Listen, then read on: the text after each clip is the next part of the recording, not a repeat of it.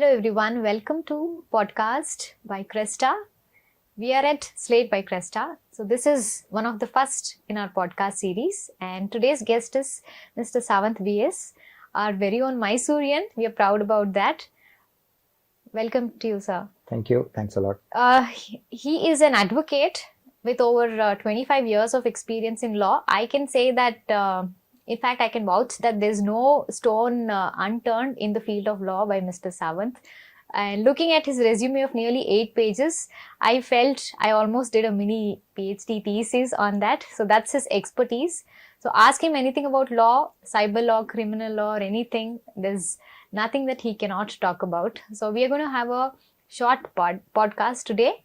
So my first question is about legal literacy in India especially, because although we know law is important and it's part and parcel of our everyday life, we have one of the largest constitutions in the world, but still somewhere when we ask a common man about fundamental laws, they go blank. So legal literacy is a major challenge in India. Again, there are two groups of people. One group I can say that students who are still in college or school, who are still studying, and legal literacy is not part of their curriculum. And then the other group where people are already working, mid-level career and all, they're still not aware of the laws. So that's a major challenge, because when we have to fight for something, we have to be aware of our rights. So what's your take on legal literacy in India, the status of legal literacy in India? Got it. See, when you told about legal literacy, about what's happening as far as India is concerned, presently the education system has to improve, which the education system is picking up now.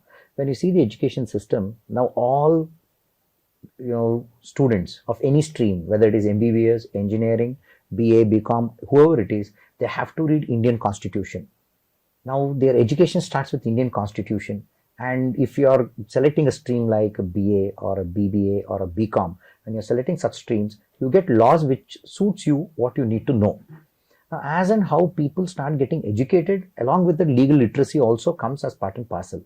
As of now, there is legal literacy knowledge, when it comes to general public, is very less, because the poverty level or education, lack in education, that's all counts. Presently, when I say legal literacy, that is improving because of this digital India concept. And digital India concept, everything is available on your phone or on your apps. There are lots of apps which the government of India has come out with, that, like Make in India concepts after that. And the digital world has increased a lot, and everybody is getting every information on their phone. Some informations may be right, some informations may be wrong, but they're getting educated. Even if you see any rural villager or any person who is not so educated also, they know how to use a smartphone. So when a smartphone is available with everybody on their hands, they're getting educated. And legal literacy, when you said in a country like India, everybody can't know every law. To be honest, me being a lawyer myself, I cannot know every law. It's not possible. There are lots of laws. Every step of our life, there is law. Now, if this podcast, to broadcast this also, there is laws which are governing. And how many of them will be knowing laws about which is governing them? True. How many of them know about the businesses which they're doing, what laws they need to know? It's practically not so easy for everybody to know the law. What every person should know is basic laws. Yes. Basic structures. What is required for you to lead your life? The basic laws. And generally, always you should remember one thing. Laws are basically of common sense. Everybody would be knowing that. Like, for example, signal. Everybody knows red light, you have to stop. Nobody's been educated regarding that. So these are the basic things which every human being should be knowing. When it comes to litigations, property disputes and all, getting legal literacy is too difficult for every person, because huge law is vast. It's a huge stream. So it's not so easy to get educated. Everybody can't get educated in legal literacy. Basic laws people should know. I think come another 15 years, maybe 2040, 2035. I think all the citizens of this country would be knowing the basic laws. Yes.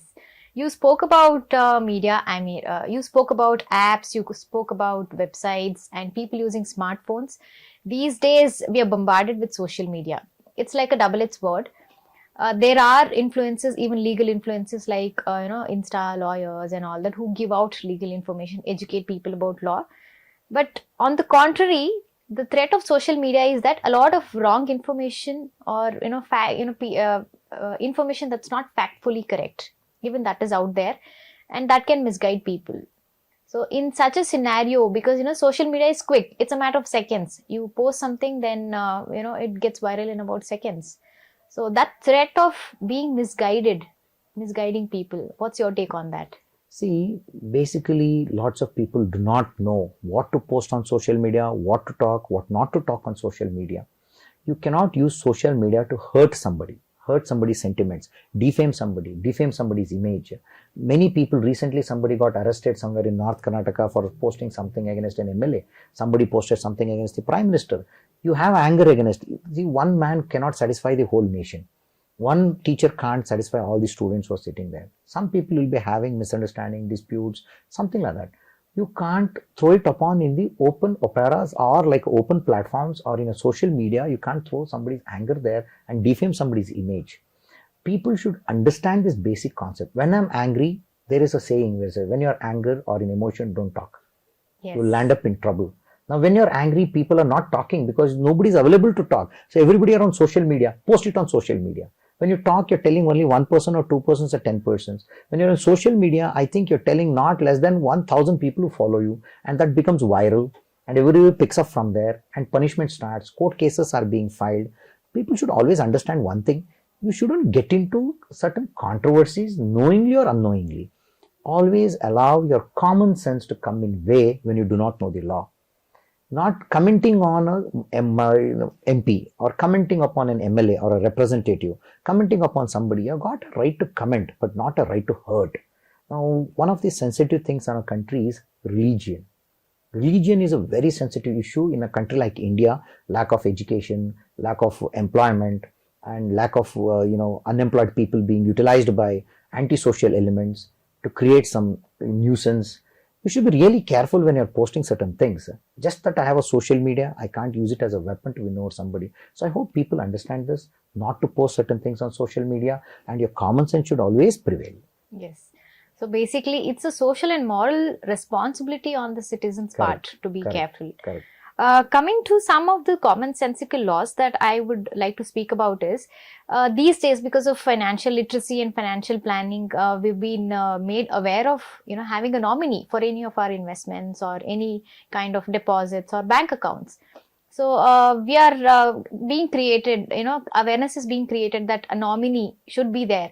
But not many people know the truth that nominee doesn't mean that that's, the money or anything, the rights go to the nominee. Nominee is just the person who's been nominated to, hand it over to the legal heirs. Very good. So that is the thing, just because we nominate somebody saying that, let's say I have a bank account and I name somebody as my nominee, doesn't mean that the nominee gets the money. Very true. So this again, incomplete information, I would say. So that is again another challenge. So they say, right, incomplete information is more dangerous than no information itself. Correct. So in terms of legal literacy, that is what I would like to say, common laws that you spoke about, everyday matters, because that's the thing. According to some of the studies, crores and crores of rupees have not been claimed because nomination has not been made. But then, even including writing a will, a registered will, the basic necessities that you need in terms of property or anything. So that is also not being taught. So I thought maybe that can be included in the curriculum, maybe for the students who are graduates, because soon after that they would start getting into work. And today I wouldn't speak of any pandemic or such, but life is uncertain. We don't know what might happen, but that's like a safety measure. No problem. I'm so happy that you asked the first question regarding the nominee. I'm so happy because hardly people know. When you said that about this nominee concept, I was like, I got that, naturally I got that smile because lots of people don't know this concept. I was like wondering, good, how do you know this concept? Lots of people get confused. Just because I made a nominee, money goes to that person. No, he's just a custodian of that. Yes. Nominee concept is very important because for the protection of the banks and the people who hold your money or certain things. So concept of nominee is very well understood by you. Just because you make a nominee, money does not goes to him. If there is any litigation or dispute, the court decides as to who has to get that particular nominee, who has to get that amount. He's just a custodian of that money. Yes. Nothing more than that. So I'm so happy that that question came, and I am so happy that also that lots of people will start understanding this concept. And one more thing, when you said this nominee concept has to be included in your curriculum, you can't include everything in a curriculum. But basic medicine, what I need to take care will all I'll be knowing. More than that, anything has to be told by a doctor. So basic knowledge of law should be known by every citizen. More than that, there is a lawyer. Yes, yes. Now, I can't do the work what the doctor does. Doctor can't do the work what the lawyer does. We can't do a structure like this, and it's a civil engineer who has to do that. Yes. And there's a mechanical engineer, there's electrical engineer. So we should be knowing basic things about our electronic goods. Yes. If you start up knowing about your smartphone in detail, how it is being made, then I cannot become a lawyer. I'll become a person who is a half-baked knowledge. Yes. So that's why basic knowledge should be known. Yes. Bringing into curriculum about all these things becomes very complicated. What I meant is, when we mention about nominee, maybe an extra sentence or two about what exactly is a nominee. So that gives the correct information, because I think in a country like India, they don't make an effort to go to a lawyer or an advocate, because they think that everything can be done at the comfort of a living room. I got it. So for that, one quick fix remedy according to me should be the bank or wherever you go, where there is a nominee concept is there, one person explains in next 30 seconds. Yes. Even actually they would have written about the nominee. Have True. you got the patience to read a booklet of 30 pages? Or have you got the patience to read one page full of terms and conditions? We do not. There they would have told the concepts.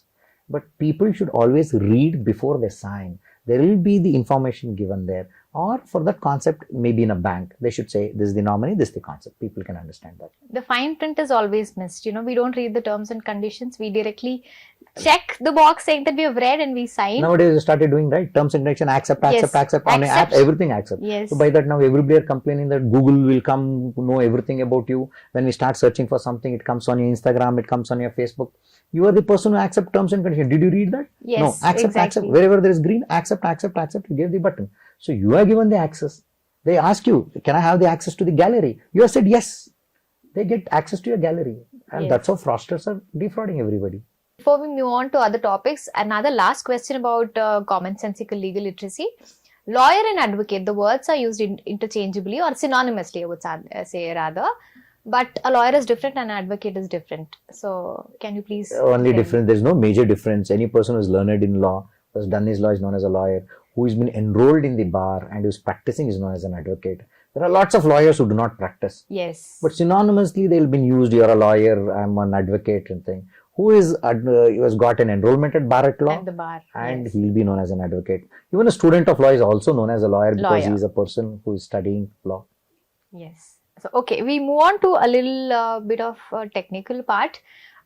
Since you already gave a small talk on startup and laws, my question is about the recent layoffs that we've been seeing, whether it's Meta, Twitter, or any other big companies that are laying off.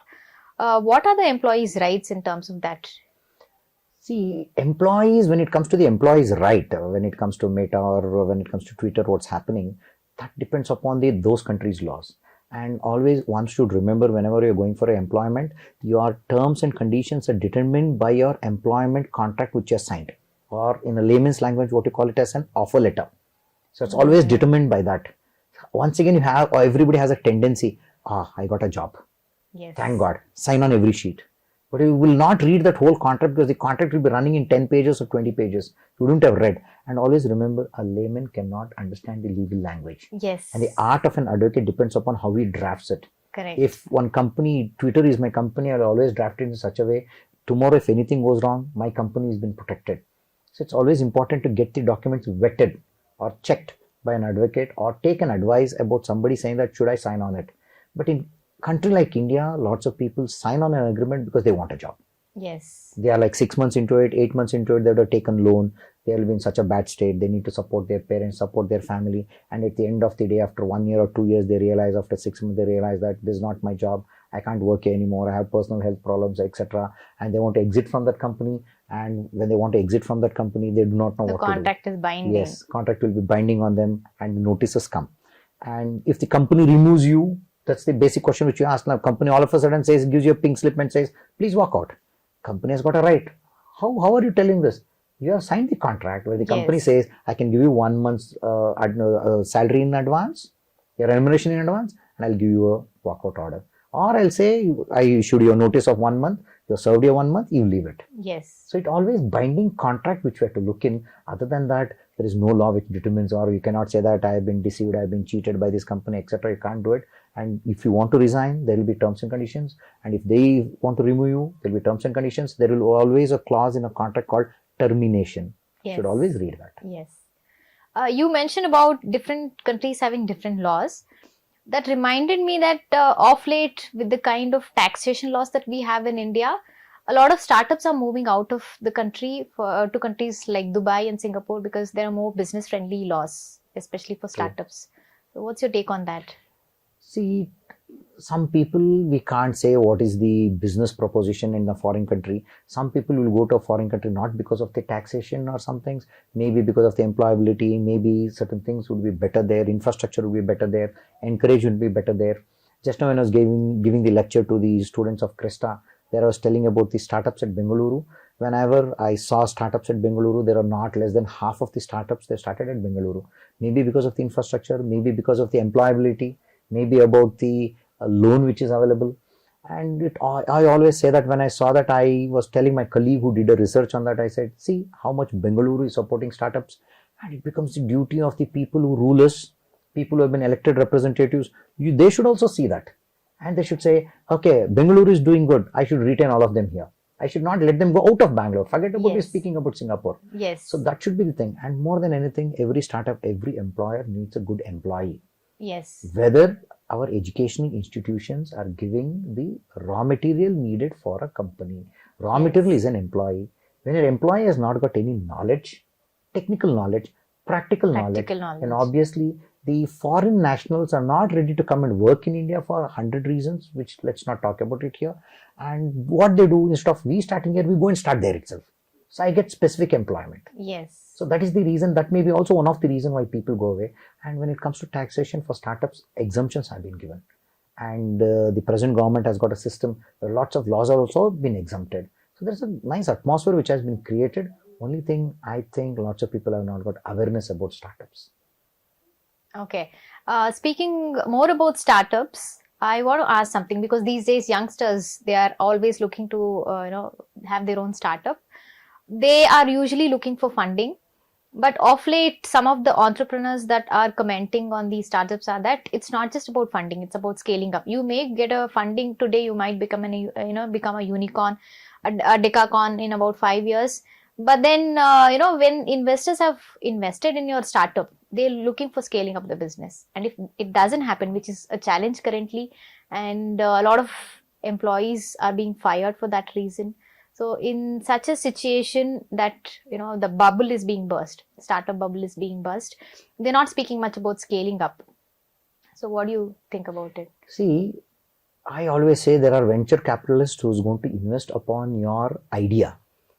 Basically, what is important is you should have that idea which is running as of now. You should have some futuristic idea. What is going to sell tomorrow? And always remember that world is running. The life is running. And everybody is getting educated, everybody is getting a job.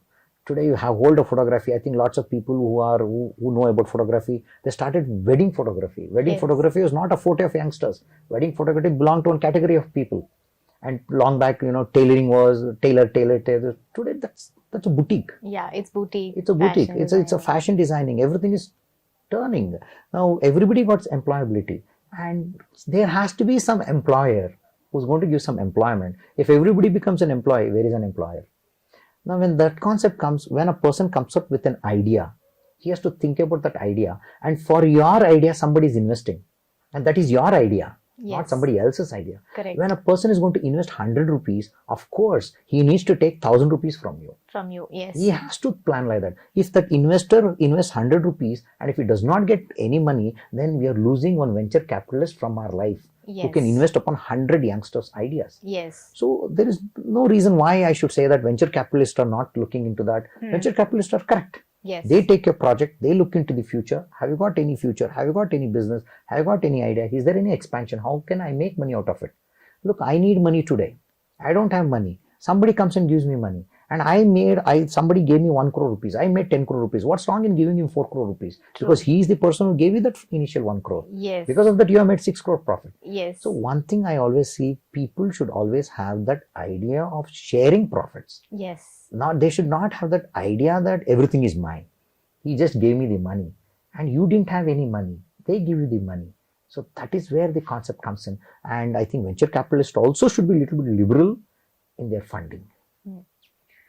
Speaking more about these deals and all, recently, although Elon Musk has taken Twitter, there was a short while when he backed out of the deal. When such situations occur, I'm not speaking of countries like the US, but if it's in India, there's a proposal of a deal, but then at some point they back out of the deal. What financial implications can it have on that particular startup? There are different types of startups. I think I'll not be the right person to talk about that. There are different types of startups. There are some type of people who conceive this idea of a startup, they make it into a profitable venture, sell it off. That's their idea. They go to the next venture, make it, sell it off. Quick, they'll make money and run out of it. That's one type of a startup. When a person is looking into the type of a startup, he should also be careful that his business, he has made a business in such a way, it's huge. Like WhatsApp. Somebody did a WhatsApp and Meta purchased it. Yes. WhatsApp. He exited from there. He'll start one more thing. He'll exit from there. So when you have made some business, you should always have two things on your mind. One, I will sell this my business. Second one, if my business is not sold, I should be having the capability to run this. Yes. He shouldn't consider it as something which is a food I prepare, I sell, is disposed of. Yes. So financial implications are always there. Like who thought there will be corona? Who thought I started a startup, let's take for example in 2019, suddenly in 2020 there is corona. Who would have imagined that it is going to hit me hard? So everybody should have futuristic thinking. They should always have financial planning, ROI, return on investment. They should always think that, okay, 1 year if I'm not going to make any money, where is the food I'm going to get? How can I feed the people who are dependent upon me? They should have this financial calculations. Yes. Present day youngsters, I think they should think seriously about financial implication, forecast, future, investments, returns. Okay. I think I'm done with the serious part. So let's just have some fun. I'll start a rapid fire round. Before that, I can answer that. Okay. Yeah, before I start the rapid fire round, I just have to ask on a lighter note. In India especially, they say that lawyers are liars. So what do you say about that? I love this question a lot. Initially, when I became an advocate or a lawyer, that question used to be, lawyer is a liar. That was like, it was hurting. But I read one name somewhere and I loved it. I tell everywhere I go. Just now when I came to Cresta, I said that lawyer is a liar till you need one. The day you need one, if I tell the truth, you're gone. Yes. Correct? So, see, that it always depends upon the client, and that's my professional ethics. Should I tell a lie or not tell a lie? I can't tell everything which is a truth. Whole world never runs on a truth. Nobody's going to tell the truth. Husband is not going to tell wife is not going to tell the husband, father is not going to tell the son is not going to tell to the father. Then everybody is telling a lie. Only thing is the lawyers have got this attachment saying that lawyers are liars. Yes, they have to tell a lie until and unless it is needed, but not a lie which is going to cheat or deceive or put somebody into trouble. Yes. Okay, I think now we'll start the rapid fire round. My first question is, does Mr. Savanth have an inspiring lawyer? Oh yes, there are lots of inspiring lawyers. My senior himself was inspiring. His name was N. Dwarkanath, and he was very famous in Mysore and all over Karnataka for cross-examinations. And I'm inspired by lots of lawyers at Mysore like A.S. Nataraj. He is one of the famous lawyers at Mysore. Whenever I see any senior, they are inspiring. And I always take inspiration from successful people. And I always see inspiration from unsuccessful people also, seeing that why was he not successful and what mistakes I shouldn't do. So there are lots of inspiring people.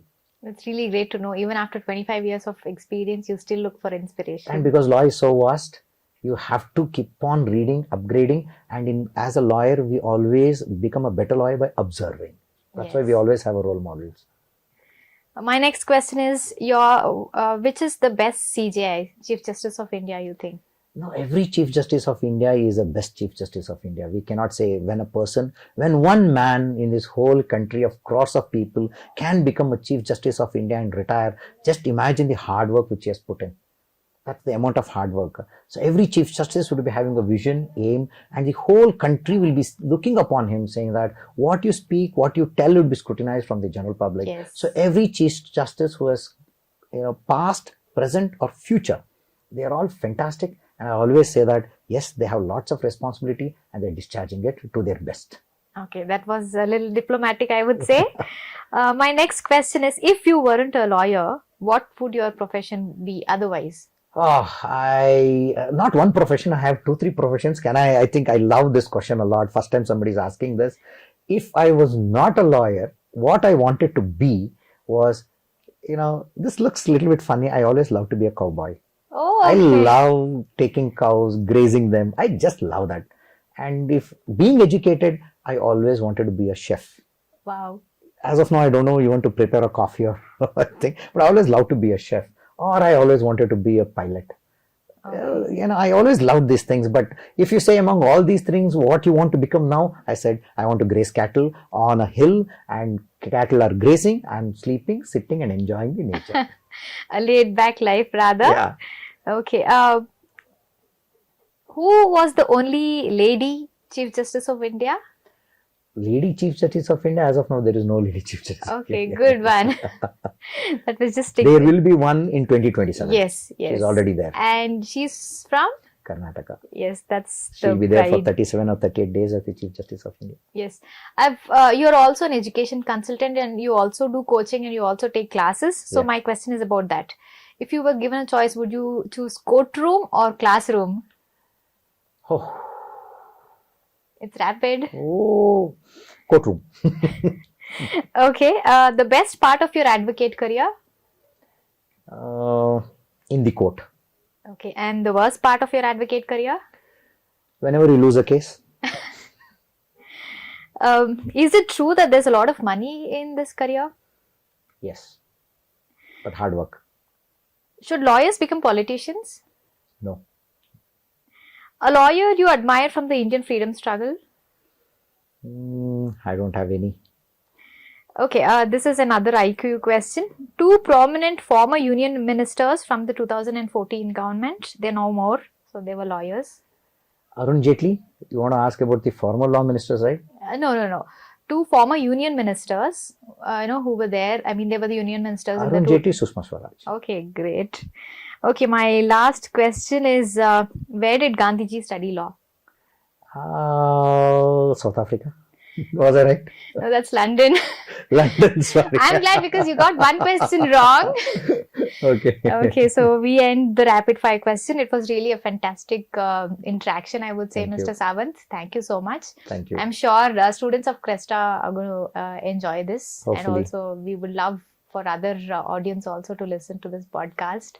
Thank you so much for being a part of this. Thank you for having here. I'm so happy. Glad. Thank you.